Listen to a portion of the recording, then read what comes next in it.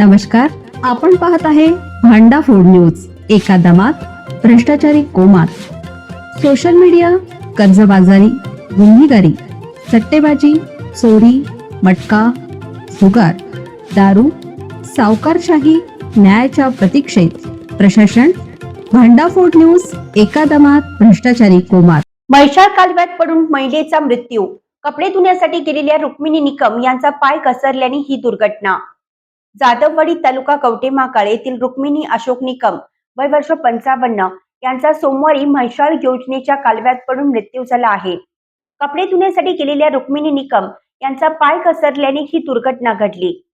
रुक्मिणी निकम या सकाळी 10:30 वाजण्याच्या सुमारास गावाजवळील म्हैसाळ योजनेच्या कालव्यावर कपडे धुण्यासाठी गेल्या होत्या. यावेळी अचानक तोल जाऊन त्या कालव्याच्या पाण्यात पडल्या.